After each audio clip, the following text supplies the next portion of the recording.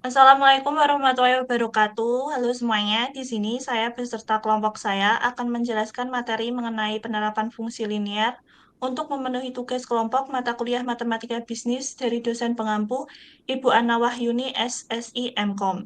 Sebelum itu, perkenalkan saya Wanda Setia Damayanti dengan NIM 06753 dan teman-teman saya Dewi Marcanda dengan NIM 06768, Anissa Ratna dengan NIM 06772, Charlotte Andrian dengan NIM 06775, dan Adelina Putri Maharani dengan NIM 06778. Penerapan fungsi linear. Apa itu penerapan fungsi linear? Fungsi linear adalah suatu fungsi yang sangat sering digunakan oleh para ahli ekonomi dan bisnis dalam menganalisa dan memecahkan masalah-masalah ekonomi. Hal ini dikarenakan bahwa kebanyakan masalah ekonomi dan bisnis dapat disederhanakan atau diterjemahkan ke dalam model yang berbentuk linear. Pembahasan pertama yaitu fungsi permintaan, fungsi penawaran, dan keseimbangan pasar. Fungsi permintaan. Fungsi permintaan menunjukkan hubungan antara jumlah produk yang diminta oleh konsumen dengan harga produk. Di dalam teori ekonomi dijelaskan bahwa jika harga naik, maka jumlah barang yang diminta turun. Demikian juga sebaliknya, bahwa jika harga turun, maka jumlah barang yang diminta akan naik. Sehingga grafik fungsi permintaan mempunyai slope negatif atau miring kiri. Rumus dari fungsi permintaan adalah Qx sama dengan F PH, Qx sama dengan A min B, PX, atau PX sama dengan A per B min 1 per B QX. QX di sini adalah sebagai jumlah produk yang diminta dan PX adalah sebagai harga produk. Sedangkan A dan AB adalah parameter. Contoh, suatu barang jika dijual dengan harga 5.000 per buah akan terjual sebanyak 3.000 buah. Akan tetapi jika dijual dengan harga lebih murah yaitu 4.000 per buah, maka jumlah permintaan terhadap barang tersebut meningkat menjadi 6.000 buah. Bagaimana fungsi permintaannya dan gambarkan fungsi permintaan tersebut pada grafik Kartesius. P1 sama dengan 5.000, Q1 sama dengan 3.000, P2 sama dengan 4.000, Q2 sama dengan 6.000. Dimasukkan ke dalam rumus yaitu P min P1 per P2 min P1 sama dengan Q sama min Q1 per Q2 min Q1. P mendapatkan hasil yaitu P sama dengan min 1 per 3 QD plus 6.000. Jadi fungsi permintaannya adalah P sama dengan min 1 per 3 QD plus 6.000. Dapat dilihat grafik Kartesius dapat dilihat pada gambar berikut. Fungsi penawaran. Fungsi penawaran menunjukkan hubungan antara jumlah produk yang ditawarkan oleh produsen untuk dijual dengan harga produk. Di dalam teori ekonomi dijelaskan bahwa jika harga naik, maka jumlah barang yang ditawarkan bertambah. Demikian juga sebaliknya, bahwa jika harga turun, maka jumlah barang yang ditawarkan turun. Sehingga grafik fungsi permintaan mempunyai slope positif atau miring ke kanan. Notasi fungsi penawaran memiliki rumus Qx sama dengan Fpx, Qx sama dengan min A plus B Px atau Px sama dengan A per B plus 1 per B Qx. Contoh, fungsi penawaran P sama dengan 3 plus 0,5 Q. Seperti gambar di bawah. Contoh, suatu barang harga di pasarnya 5.000 per buah, maka produsen akan menawarkan sebanyak 3.000 buah. Akan tetapi, jika harga lebih tinggi menjadi 6.000 per buah, maka jumlah barang yang ditawarkan produsen menjadi 6.000 buah. Bagaimanakah fungsi penawarannya? Gambarkan fungsi penawarannya pada grafik Kartesius. P1 sama dengan 5.000, Q1 sama dengan 3.000. P2 sama dengan 6.000 dan Q2 sama dengan 6.000. Jadi, P min P1 sama dengan Q min Q1. P2 min P1 sama dengan Q2 min Q1. Jadi, P sama dengan 1/3 Q plus 4.000. Keseimbangan pasar. Pasar suatu macam barang dikatakan berada dalam keseimbangan atau equilibrium apabila jumlah barang yang diminta di pasar tersebut sama dengan jumlah barang yang ditawarkan secara matematik dan grafik. Notasi keseimbangan pasar dengan rumus QD sama dengan QS atau PD sama dengan PS, yaitu perpotongan kurva permintaan dengan kurva penawaran seperti gambar di bawah ini. Yang kedua yaitu keseimbangan pasar dua macam produk. Keseimbangan pasar dua macam produk secara matematis, fungsi permintaan dan fungsi penawaran produk yang berinteraksi mempunyai dua variabel bebas. Kedua variabel bebas yang mempengaruhi jumlah-jumlah yang diminta dan jumlah yang ditawarkan adalah: pertama, harga produk itu sendiri. Yang kedua, harga produk lain yang saling berhubungan. Notasi.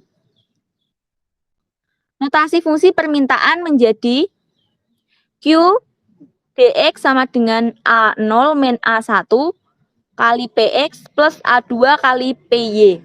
Q dy sama dengan B0 plus B1 kali PX min B2 kali PY. Sedangkan fungsi penawaran Qxx sama dengan min M0 plus M1 kali PX plus M2 kali PY. Qxy sama dengan min N0 plus N1 kali PX plus N2 kali PY. Syarat keseimbangan pasar terjadi jika QSX sama dengan QDX dan QSY sama dengan QDY.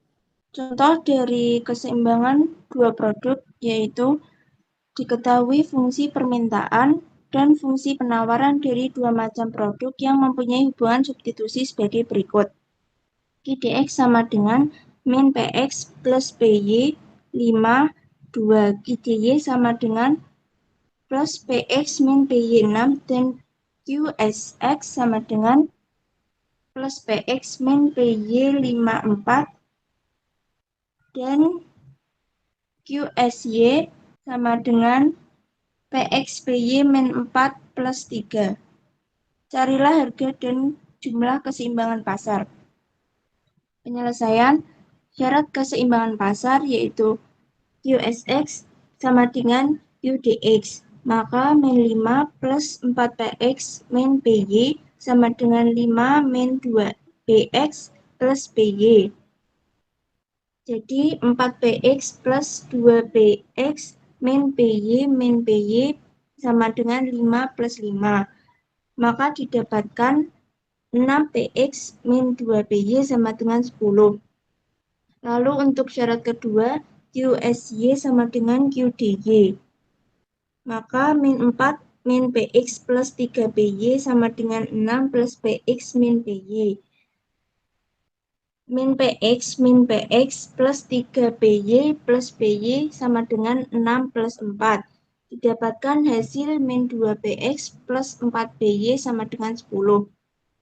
Dari kedua persamaan tadi, maka dapat dieliminasi menjadi 12PX min 4PY sama dengan 20 dan minus 2PX plus 4PY sama dengan 10. Kemudian 10PX plus 0 sama dengan 30. Jadi PX sama dengan 3. Dari PX sama dengan 3 dapat disubstitusikan menjadi 6 kali 3 minus 2 kali PY sama dengan 10. Minus 2 PY sama dengan 10 minus 18. Maka PY sama dengan 4. Hasil PX sama dengan 3 dan PY sama dengan 4. Kemudian dimasukkan ke dalam QX sama dengan 5 dikali 2 kali 3 plus 4. QX sama dengan 3. Dan QY sama dengan 6 plus 3 min 4, QY sama dengan 5. Jadi nilai QX sama dengan 3, QY sama dengan 5, PX sama dengan 3, dan PY sama dengan 4. Selanjutnya pengaruh pajak dan subsidi pada keseimbangan pasar. Pengaruh pajak dan subsidi pada keseimbangan pasar Adanya pajak yang dikenakan pemerintah atas penjualan suatu barang akan menyebabkan produsen menaikkan harga jual barang tersebut sebesar tarif pajak per unit, sehingga fungsi penawarannya akan berubah yang pada akhirnya keseimbangan pasar akan berubah pula. Fungsi penawaran setelah pajak menjadi PS sama dengan FQ plus T atau QS sama dengan FP min T. Berikut contoh soalnya. Fungsi permintaan suatu produk ditunjukkan oleh P sama dengan 15Q dan fungsi penawaran P sama dengan 0,Q tambah 3. Terhadap produk ini, pemerintah mengenakan pajak sebesar Rp3 per unit. A. Berapa harga jumlah keseimbangan pasar sebelum dan sesudah kena pajak? B. Berapa besar pajak per unit yang ditanggung oleh konsumen? C. Berapa pajak per unit yang ditanggung oleh produsen? Dan D. Berapa besar penerimaan pajak total oleh pemerintah? Keseimbangan pasar sebelum pajak. PD sama dengan PS 15 min Q sama dengan 0,5 Q tambah 3. Min 1,5 Q sama dengan minus 12. Jadi Q sama dengan 8. Lalu Q sama dengan 8 berarti P sama dengan 15 dikurang 8. P sama dengan 7. Jadi keseimbangan pasar sebelum kena pajak adalah Q sama dengan 8 dan P sama dengan 7. Keseimbangan pasar setelah pajak. Fungsi penawaran setelah pajak adalah P sama dengan 0,5 Q ditambah 3 ditambah 3. Jadi P 0,5 Q tambah 6. Sehingga keseimbangan pasar setelah pajaknya adalah PD sama dengan PST. 15 min Q sama dengan 0,5 Q tambah 6. Min 1,5 Q sama dengan min 9. Q sama dengan 6. Jadi Q sama dengan 6, P-nya adalah 15 dikurang 6, jadi P adalah 9. Keseimbangan pasar sebelum kena pajak adalah Q sama dengan 6 dan P sama dengan 9. Besar pajak per unit yang ditanggung konsumen, 9 dikurang 7 sama dengan 2 per unit. Besar pajak per unit yang ditanggung produsen, 3 dikurang 2 sama dengan 1 per unit. Besar penerimaan total oleh pemerintah, 3 dikali 6 sama dengan 18. Adanya subsidi yang diberikan pemerintah atas penjualan suatu barang akan menyebabkan produsen menurunkan harga jual barang tersebut sebesar subsidi per unit, sehingga fungsi penawarannya akan berubah yang pada akhirnya keseimbangan pasar akan berubah pula. Fungsi penawaran setelah subsidi menjadi PS sama dengan FQ dikurang S atau QS sama dengan F P tambah S. Yang keempat ada fungsi biaya, fungsi pendapatan dan analisis impas. Fungsi biaya tetap atau fixed cost. Biaya tetap adalah biaya yang jumlah totalnya terhadap dalam kisaran volume kegiatan tertentu. Dengan kata lain, biaya yang jumlahnya terdapat meskipun volume kegiatan produksi berubah-ubah. Contoh biaya tetap adalah biaya untuk membayar pakar kimia makanan, biaya sewa tempat penjualan, dan biaya penyusutan alat-alat produksi. Jika digambarkan dalam diagram Kartesius, di mana sumbu tegak adalah jumlah biaya dan sumbu mendatar adalah volume produksi, maka garis biaya tetap berupa garis lurus horizontal. Fungsi biaya variabel atau variable cost. Biaya variabel adalah biaya yang jumlah totalnya berupa sebanding dengan perubahan volume kegiatan. Semakin banyak barang yang diproduksi, biaya variabel akan meningkat sebanding dengan peningkatan jumlah produksi. Contoh biaya variabel adalah biaya bahan baku, biaya bahan pembungkus, dan label. Jika digambarkan dengan diagram Kartesius, maka garis biaya variabel berupa garis lurus ke kanan atas. Fungsi biaya total atau total cost. Biaya total adalah hasil dari penjumlahan biaya tetap dengan biaya variabel atau dengan persamaan matematis sebagai TC sama dengan FC plus total VC atau TC sama dengan FC plus VC dikali Q. Jika digambarkan dalam diagram Cartesius, maka garis biaya total TC merupakan gabungan dari garis biaya tetap VC dengan